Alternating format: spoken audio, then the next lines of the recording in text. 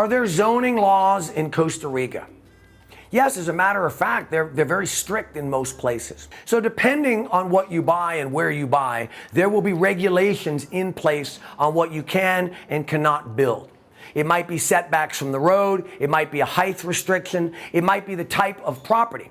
For instance, it might be zoned strictly for residential, so you couldn't open a body shop. You might be limited to a certain amount of square feet or a certain amount of footprint to that house. So it's very important that when you're purchasing a property, you work with an agent that can tell you what those zoning laws are.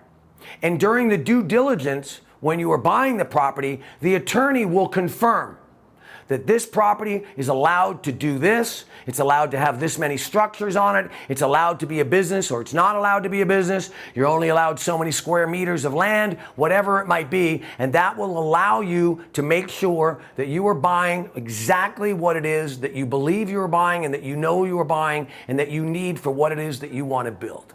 So that's the most important thing, is during the due diligence and during the purchase process, you need to know those things up front. And that's why it's important to work with an experienced real estate agent and also a very experienced real estate attorney.